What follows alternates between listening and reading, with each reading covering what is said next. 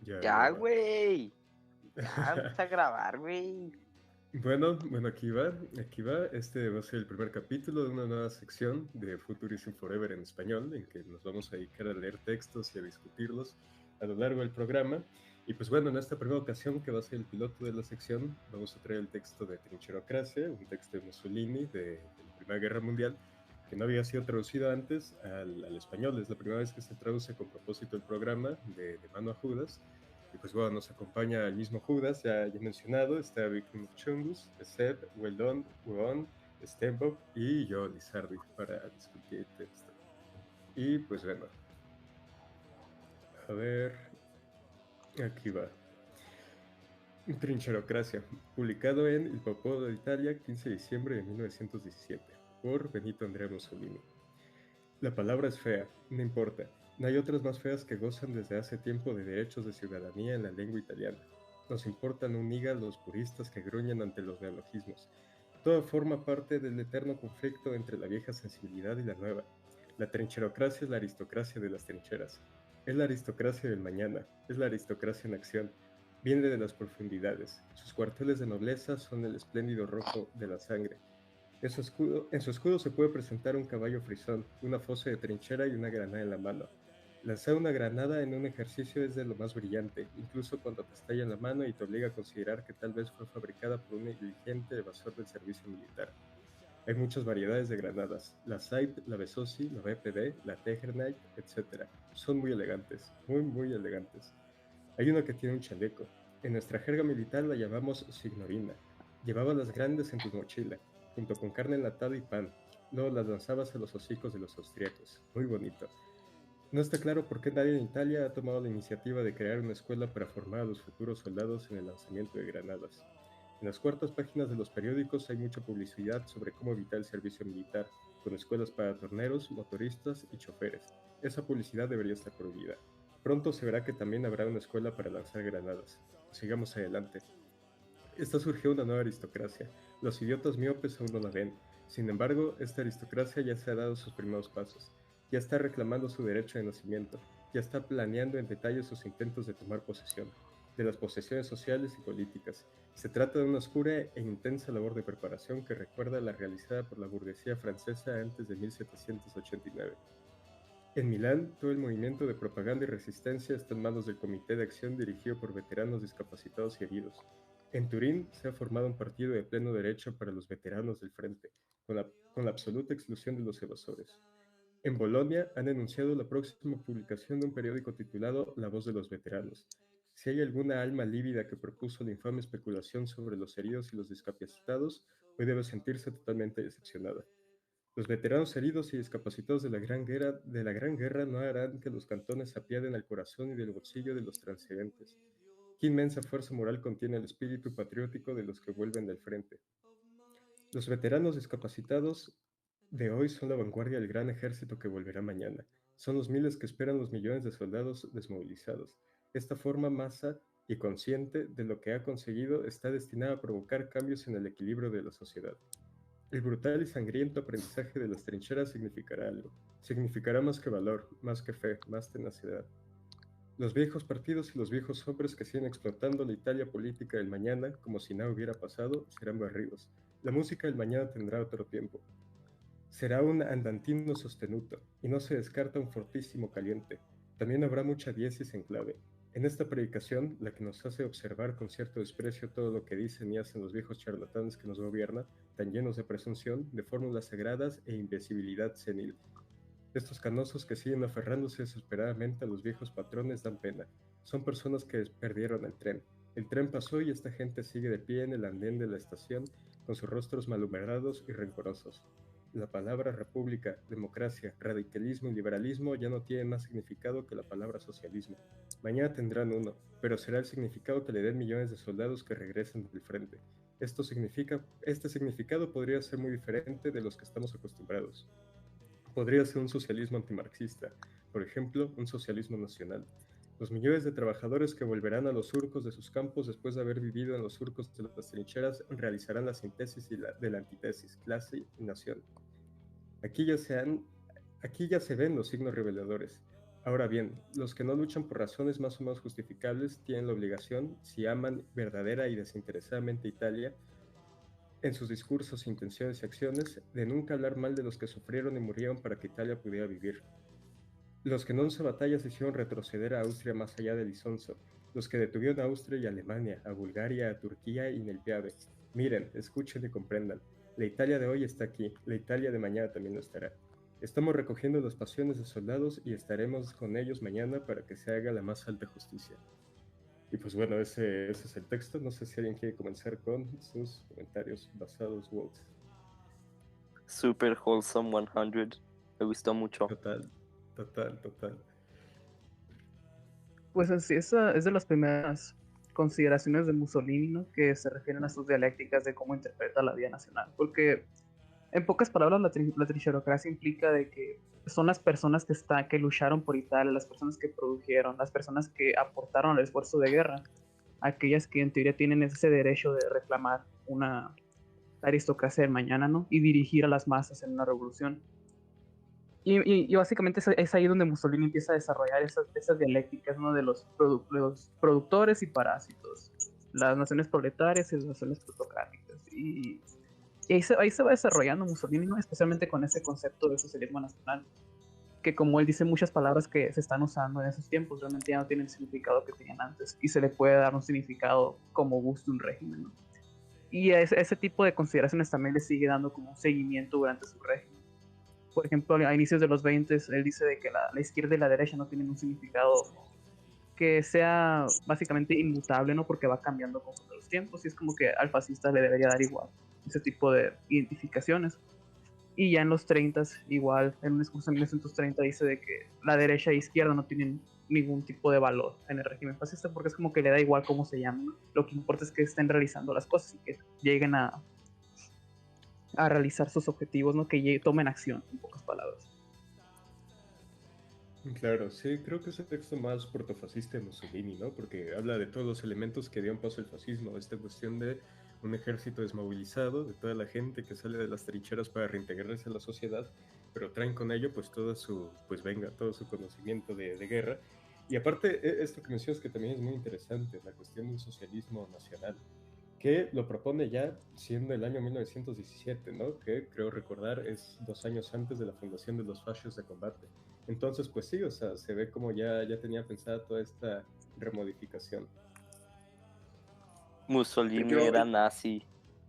yo añadiría que es interesante cómo se fue formando la aristocracia dentro del fascismo, porque si uno ve los movimientos opuestos, realmente, por ejemplo, el comunismo como ejemplo paradigmático, uno puede ver que la aristocracia siempre es intelectual.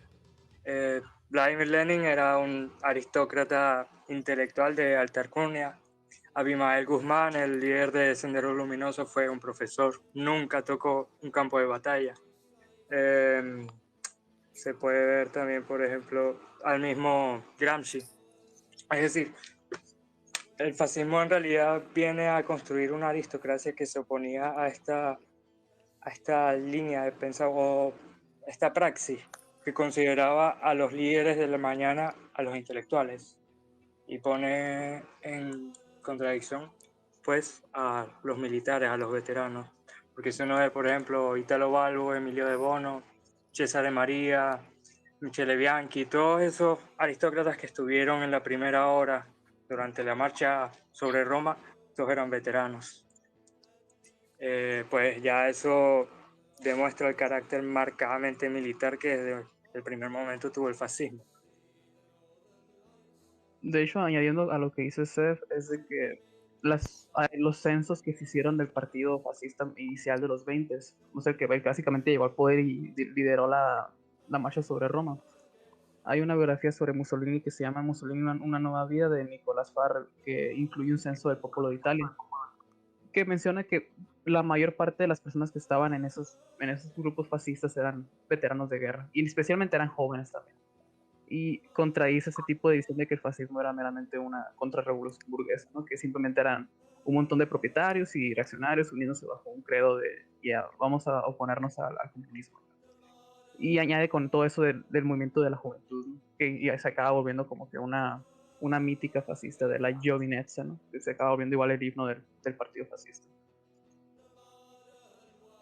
Bueno, si puedo decir algo, diría que me gusta en este texto como Mussolini hace un énfasis precisamente en que la aristocracia del mañana va a ser una aristocracia que haya sufrido y haya estado en el frente, sobre todo reivindicando quienes sufrieron bueno, los peores horrores de la guerra, y no tanto a, bueno, comúnmente lo que se piensa de esta aristocracia de generales que se la pasan dando órdenes desde la comodidad y muchas veces no tienen contacto con la realidad más cruda de lo que implica una guerra. Creo que es bastante rescatable como apuesta directamente por una vida, ¿cómo puedo decirlo?, cercana a la velocidad de todo este tipo de experiencias que, bueno, normalmente terminan en la muerte o en un engrandecimiento bastante grande de la persona. Valga la redundancia. Es que desde siempre el fascismo sintió cierta fascinación por la muerte. Era precisamente lo que, digamos, proponían, la vida entregada a la muerte en pos de un ideal. Y eso, por supuesto, imagínate, tenía un montón de jóvenes veteranos completamente desilusionados con la Italia que tenían en el momento, pues un mensaje como ese los iba a capturar bastante. O sea, apelaba a sus emociones como ningún otro movimiento lo pudo haber hecho. Y la trincherocracia da una solución muy buena al capitalismo y al comunismo, ¿no? Que el capitalismo y el comunismo, los que reinan, la aristocracia, siempre son personas débiles que nunca han visto la guerra en realidad, ¿no? Son todos intelectuales y la trincherocracia da la solución que la aristocracia de mañana va a ser una aristocracia de guerreros, ¿no? Como en los viejos días de Europa, donde los jóvenes iban en bandas de guerra y iban a conquistar nuevas tierras, ¿no? En Europa antigua.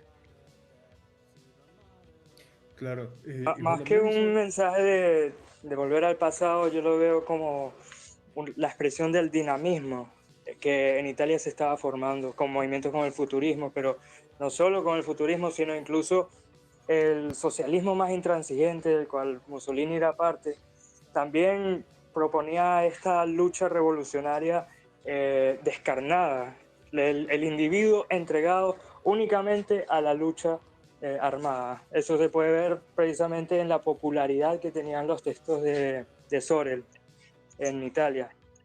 Entonces, toda esta idea de la trincherocracia realmente juega en un marco más amplio, es decir, de esa violencia política que se está gestando, de ese dinamismo, de ese ver el futuro con un ímpetu realmente más, ¿cómo decirlo?, como el mundo como una representación de una voluntad, porque hay que pensar que en esos textos está muy presente la influencia de Nietzsche, de Guyot, de muchos filósofos vitalistas que, mezclándose con el socialismo, dieron paso a una política que se volvía más un estilo de vida, un credo religioso, porque en textos como estos y en otros que ha producido Mussolini, uno ve la revolución no como diletantismo, no como producción teórica, sino como una experiencia cotidiana que precisamente surge de, ¿cómo decirlo?, esas experiencias formadoras como la guerra. No sé si me explico muy bien, pero espero que se haya entendido al menos algo. Claro. Sí te explicas Sí, bien, pero Hombre, lo a mí que quería eso- decir... ve primero, dale, dale. Lizardi. Va.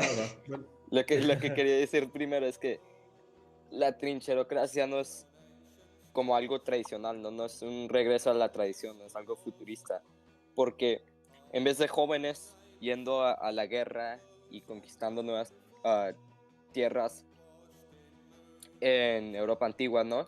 Es toda la nación, todos los jóvenes yendo a guerra en la trincherocracia, conquistando nuevas tierras, pero haciéndose la aristocracia de mañana, ¿no? O sea, no es un regreso a la tradición, es algo nuevo, ¿no? Bueno, sí, se manifiesta también, bueno, ¿cómo decirlo?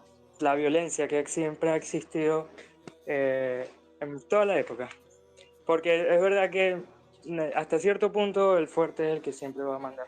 Si no es fuerte, pues en el campo de batalla tiene que ser lo fuerte psicológicamente para eh, soportar el peso de lo que significa ser una aristocracia.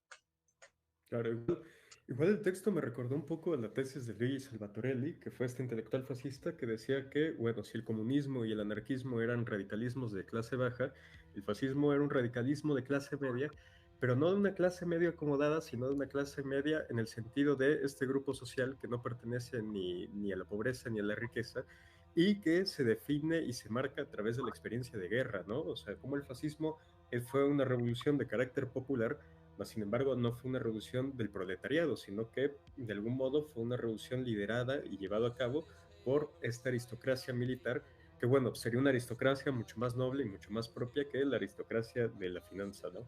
Y bueno, por otra parte, como comentario adicional, esta cuestión que menciona Mussolini de este ejemplo que da al inicio del texto, de amar a la patria y seguir combatiendo aun cuando se ha perdido una mano, aun cuando la granada te está en una mano, me hace recordar un poco, no sé si es referencial, el tema de la victoria mutilada, ¿no? De cómo Italia, pues venga, gana la Primera Guerra Mundial, pero no se le conceden todos estos territorios, no, pues venga, no se le entrega lo acordado, pero aún así el nacionalista se ve como en esta obligación, ¿no? De seguir viendo por su patria, aun cuando es una patria que se ha habido rasgada, cuando se ha visto dañada y mutilada, ¿no? Tanto por la victoria como por la experiencia de guerra. Entonces eso también se me hizo bastante interesante. Sí, sí, es interesante. Con respecto a eso, Mussolini en alguno de sus discursos habrá dicho, hemos conquistado Italia, ahora toca conquistar a los italianos.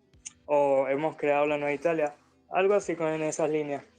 Y se refería más bien precisamente a la desilusión que sentían en ese momento con Italia y que la Italia por la cual sentían pasión, la Italia de la cual eran nacionalistas, no era la Italia del momento, no era la Italia de la República, de los burgueses, de los parlamentos, sino era una Italia precisamente que se iba a construir a partir del periodo fascista.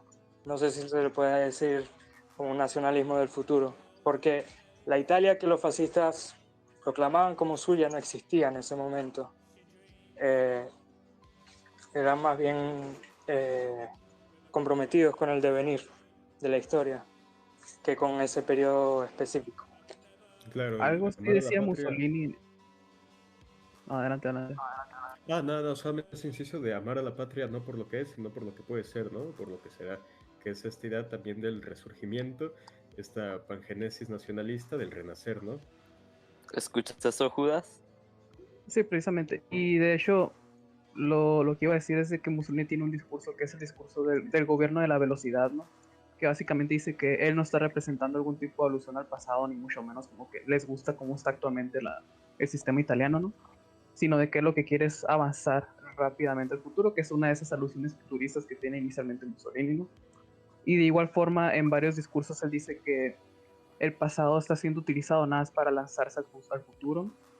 Y igualmente durante todo el régimen y específicamente en un discurso se lanza totalmente diciendo de que si bien el fascismo inicialmente perdonó a conservadores y perdonó a gente del ayer, conforme ha pasado el tiempo los ha estado alineando contra la pared silenciosamente, ¿no? O sea, que los ha estado barriendo lentamente del régimen mediante reformas, que va con ese carácter gradual que tuvo el fascismo italiano, ¿no? Que no fue realmente como que un boom, llegamos, hicimos la marcha sobre Roma y ya tenemos nuestro gobierno fascista totalitario, ¿no? Porque fue todo un proceso que fue muy lento, de hecho. Y esa lentitud fue lo que ocasionó de que en 43 a Mussolini se le pueda hacer un golpe de estado que lo tumba del poder y ya sabemos lo que sucede, ¿no? Con la República Social Italiana. Sí, lamentablemente Mussolini no era un Lenin, no era un Mao que llegó y barrió completamente con todo, sino que era una persona más reformista. De hecho, el caso Matteotti, el asesinato del diputado socialista, precisamente vino desde las secciones más radicales del partido fascista que estaban intentando mediante ese asesinato empujar más hacia el radicalismo el gobierno de Mussolini, que en su moderación pretendía acercarse más bien al Partido Socialista Italiano. Es decir, Mussolini fue más bien una persona con un intento conciliador, no tanto destructor de las antiguas, eh, valga la redundancia, estructuras sociales, sino más bien pretendía reformar la sociedad mediante un cambio que realmente nunca se dio. De hecho, ahora que Ah, mencionas lo del caso Matteotti, cuando sucede, hay como una especie de salida masiva de conservadores y tradicionalistas del partido fascista. O sea, eso ocasiona que sí, como que se pseudo logren las metas que tienen con ese asesinato, ¿no? Y de igual manera como que Mussolini lo recibe, porque igual es ya como que por esos años, ya por el 25, por el 26, ya Mussolini se empieza como que a consolidar ese poder, ¿no? Empieza a incluir ya la Carta del Laboro y se empieza a acercar al Estado corporativo, ¿no? Que se establece en los 30.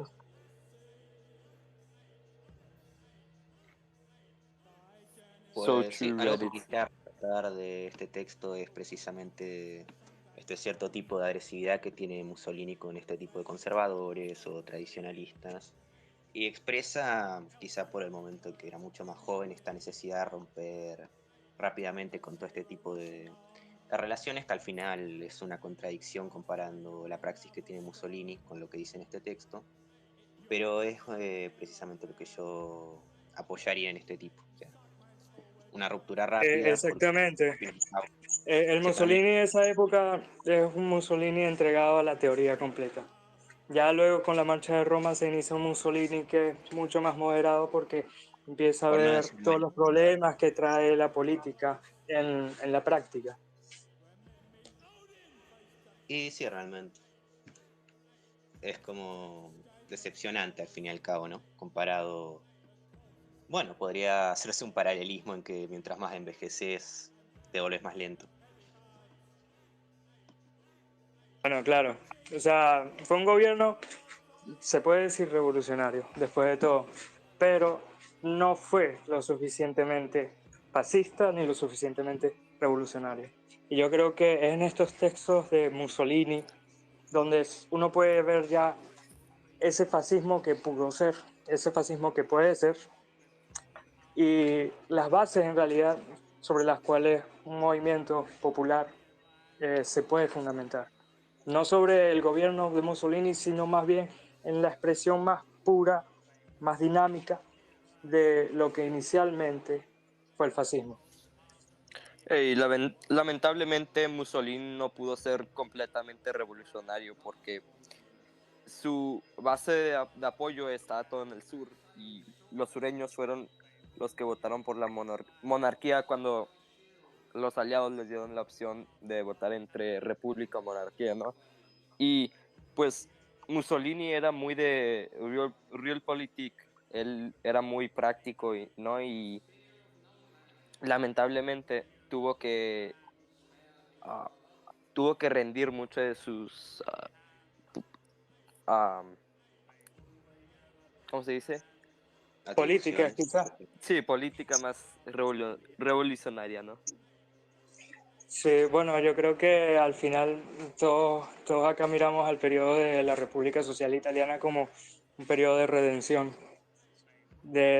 Esos 2 años quizás nos mostraron más bien lo que el fascismo más radical pudo haber sido. Más que la redención, me parece más bien algo como que vos lo haces por hacerlo, ¿viste? Más que qué otra cosa me queda por hacer, ¿no? Aquí, Pero que aquí este estoy. había sido abandonado Mussolini. No, no le veo del todo valor. Pero sí, me parece la expresión de un fascismo que pudo haber sido y bueno, por este problema que siempre tiene el fascismo de quizá aliarse con la burguesía o con todos estos elementos conservadores o reaccionarios, se terminan pudriendo los movimientos. Bueno, Igual, ahí mismo en el texto lo dice, seguir combatiendo aunque se te estalle la granada en la mano. Mussolini siguió combatiendo. Así no igual, le queda a nadie, pero él siguió simplemente con el proyecto que tenía en mente. igual este debate creo que podría dar para mucho, ¿no? Porque aquí yo coincido con Weldon en el sentido de que, pues venga, Mussolini sí que abraza este fascismo más revolucionario, más radical, más cercano a sus primeros escritos, pero lo hace una vez el rey y la burguesía le da la vuelta, o sea, lo hace cuando se queda sin aliados y por lo tanto se queda sin fórmula, o sea, Mussolini abraza el concepto de la República de Saló más bien como un capricho, intentando contestarle al rey e intentando contestar a la élite política, a la clase política que le traicionó, que le apuñaló por la espalda, ¿no? De hecho, es una anécdota interesante que Mussolini tenía la idea original de llamar a la República de Saló República Socialista Italiana, ¿no? En lugar de República Social, y al final Hitler no se lo permite, ¿no? Pero él ya tenía toda esta intención de lanzarse de lleno al radicalismo de izquierdas desde la tercera posición, no creo que por una genuidad ideológica, sino solamente por, pues venga, dar un contrapeso y darle la contraria al rey. Entonces, sí que fue un fascismo más revolucionario, sí que fue la mejor etapa de Mussolini, pero se llegó a ese punto por una cuestión de estrategia política, no porque hubiese un verdadero afán Ahí revolucionario. empezaste. Hombre, es Pues que para es un retomarlo debate te duro. decía, Es no, que de que hecho, te yo y Lizardi ya tenemos un debate sobre eso. O sea, tenemos un debate que se podría subir igual. Que es como, no hay debate, una discusión sobre ese tema en específico. Yo difiero en parte, porque ya durante los primeros años de la guerra, Mussolini había demostrado su desprecio hacia el Vaticano, hacia el rey y hacia numerosos ministros que estaban en la parte, digamos, de derecha del fascismo. No más bien como un capricho personal, sino simplemente como cuando simplemente no tiene ya obstáculos en el camino, Mussolini vio que podía hacer como le placiese. Eso es lo que yo creo que sucedió, porque al fin y al cabo el rey y todos estos elementos conservadores y reaccionarios fueron simplemente un obstáculo en el camino del fascismo. Mussolini, al verse privado de esta clase de elementos parasitarios, pudo hacer y construir realmente el proyecto que tenía pensado desde hace muchos años. Es lo mismo que yo pues, le he comentado a Lizardi con anterioridad a una conversación que tuvimos. Que Mussolini sí tiene ese aspecto de que la República Social Italiana y la socialización en sí no eran algo que le saltó en la cabeza cuando estaba en prisión.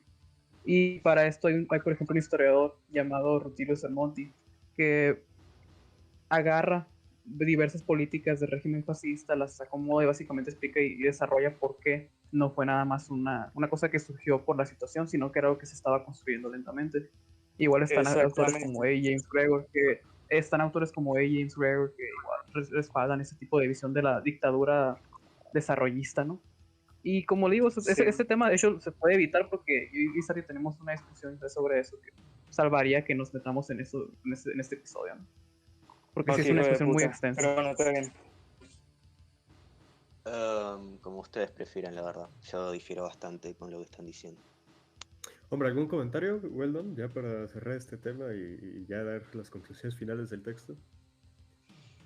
Para responder todo rápido, más o menos, yo diría que el rey no fue un obstáculo. Un obstáculo es algo que vos te encontrás en el camino. Mussolini voluntariamente se sometió a todo este tipo de elementos precisamente para, entre comillas, salvar al fascismo y hacerlo llegar al poder, y en el proceso solo lo terminó arruinando.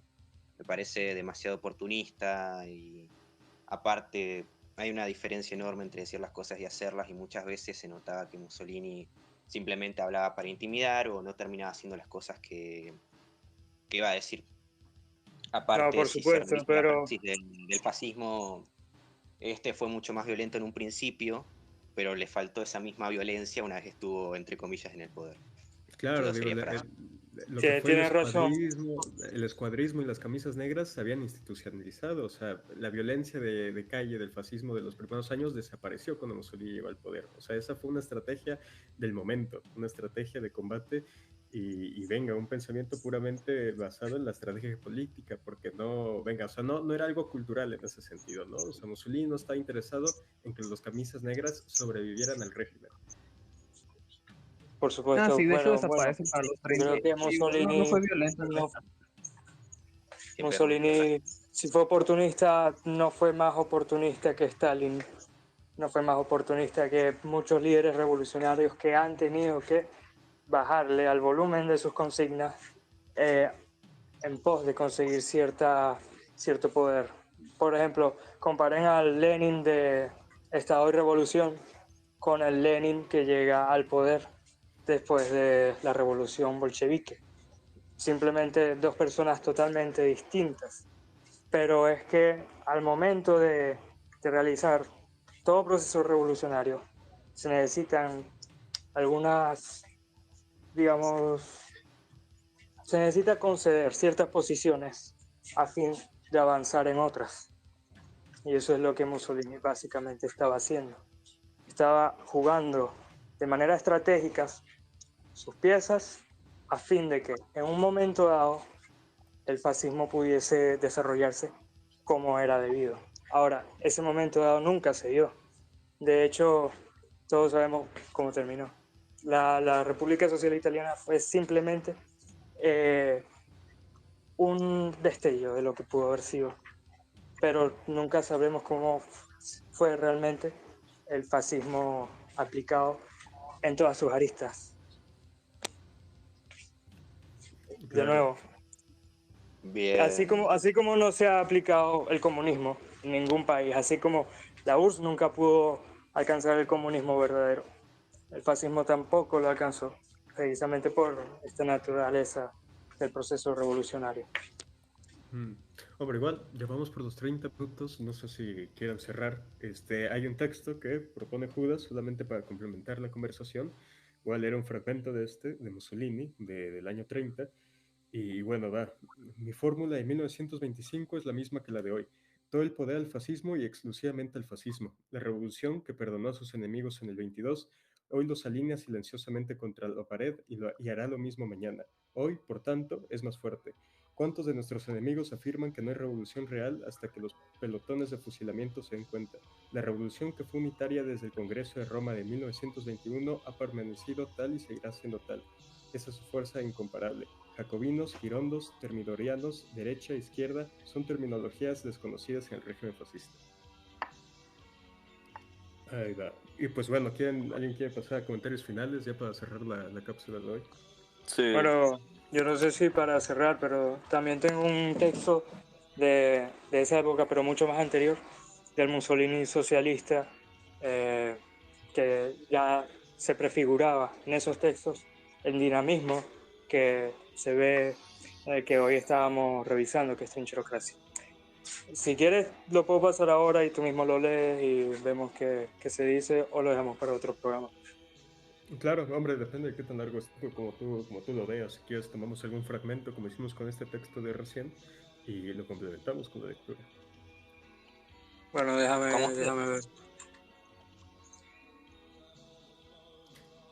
Y bueno, sí, digo yo creo que independientemente de todo sigue siendo un texto muy, muy atinado de Mussolini, ¿no? Realmente el tema de la trincherocracia, creo que es un texto protofascista por excelencia, como pocos los hay, ¿no? Porque Mussolini tampoco fue un hombre de plumas, sí que fue un teórico, pero no fue alguien que se dedicase a hacer un amplio trabajo ideológico, doctrinal, que más bien esto se lo deja a otros personajes y figuras. Pero sí, o sea, yo creo que es un texto incluso divertido, ¿no? Recuerda un poco a Bruno Filippi o a Renzo Novator cuando hablan de su experiencia de la Primera Guerra Mundial, que ellos, aún siendo en un principio contrarios a la guerra, regresan de la guerra renovados, ¿no? De alguna manera, con esta intención y este deseo de llevar la guerra a la sociedad, de llevar a la guerra y de llevar todo este conocimiento de las trincheras hasta el panorama político, ¿no? De Italia, en el caso de los tres, de Mussolini, de Filippi y Novator. Pero sí. Pues ya como un comentario suelto que podría lanzar, me parece que una revolución no necesariamente tiene que precisamente nivelar o bajarle un tono al discurso revolucionario solamente por incursionar en la política. Es decir, si vos tenés que pactar directamente con quienes son los explotadores o quienes te están destruyendo las causas que vos mismo estás defendiendo, no me parece justo que se tengas que someter o entregar algún tipo de terreno a estas fuerzas. Precisamente este es el problema que acarrean todas las revoluciones, el tratar con la política, y creo que esta debería ser, bueno, como lo explica en este texto, rechazada frontalmente. Sí, bueno, es que Mussolini no se entregó a los burgueses, diría yo. Simplemente, en vez de exterminarlos, como era debido, los puso debajo de su bota. y eso se puede ver ya en la práctica mediante las cientos de políticas fascistas que iban dirigidas precisamente a controlar esta burguesía. Pero el problema es que no había que controlarla, sino erradicarla completamente del panorama político italiano. Algo que lamentablemente en el momento no fue posible. Mi último comentario es que necesitan mandarle dinero al Judas. En su aldea Yaqui ya no hay internet, ya no hay agua, ya no hay comida. Así que mándenle comida. Yo soy veneco, Mira, literalmente desgraciado. necesito dinero para comer y nadie me está Ahí dando. te lo mando, ahí te lo mando. A ver, Veneno. puedo hacer un comentario igual, final. Ah, es referente a eso de que lo de la trincherocracia es como uno de los primeros desarrollos del socialismo fascista, ¿no? La idea del nacionalsocialismo fascista, que, o sea, muchos creen de que eso como que Hitler lo utilizó y ya. Es como que ahí quedó, pero es como que Mussolini lo venía utilizando desde mucho tiempo antes. Y junto con eso surge la idea de que como Mussolini tenía ese pensamiento de que si los trabajadores se metían a la Primera Guerra Mundial y, y tenían las armas, podrían aplicar ese tipo de internacionalismo proletario, ¿no? Y rebelarse contra sus los que les tienen la bota en el cuello, ¿no? Pero al final del día se da cuenta de que los trabajadores no están haciendo eso. Los trabajadores se están poniendo del lado de su patria. Incluso los partidos socialistas se están poniendo del lado de su patria. Es como que Mussolini dice, pues si ese es el caso, Mussolini considera la idea ya de un socialismo nacional, ¿no? Que como lo mencioné es la síntesis de la antítesis, que es la clase y la nación, ¿no? Y ya de ahí se puede dar la idea de que Mussolini se aleja de un socialismo marxista para un socialismo no marxista, aunque igual al final de su vida Mussolini dice de que él trajo las propuestas de Marx de lo básicamente lo impráctico a lo práctico, ¿no? Que igual como gente dice el fascismo era una forma de marxismo práctico, ¿no? Por supuesto, y es que el nacionalismo de los sindicalistas italianos viene precisamente por pensar la historia de manera dialéctica, porque Italia en ese momento se encontraba en una situación completamente contraria a las condiciones que Marx argumenta son las necesarias para una revolución comunista. Es decir, en Italia no existía capitalismo, no existía industria, o por lo menos no existía una industria avanzada que pudiera permitir el paso hacia una economía socialista. No existía nada de lo que Marx decía era necesario.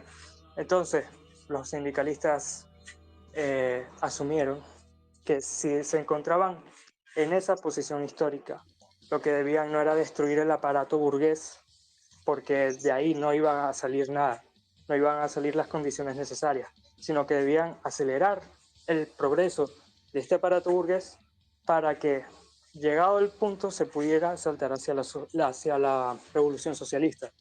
Por esto es que empiezan a apoyar la nación, porque en sus palabras la nación es el instrumento burgués por excelencia. Por eso empiezan a apoyar el libre mercado, de hecho, porque para ellos la necesidad era que la industria se progresara lo más rápido posible para ser capaces de realizar una revolución comunista en el momento que vivieran ellos.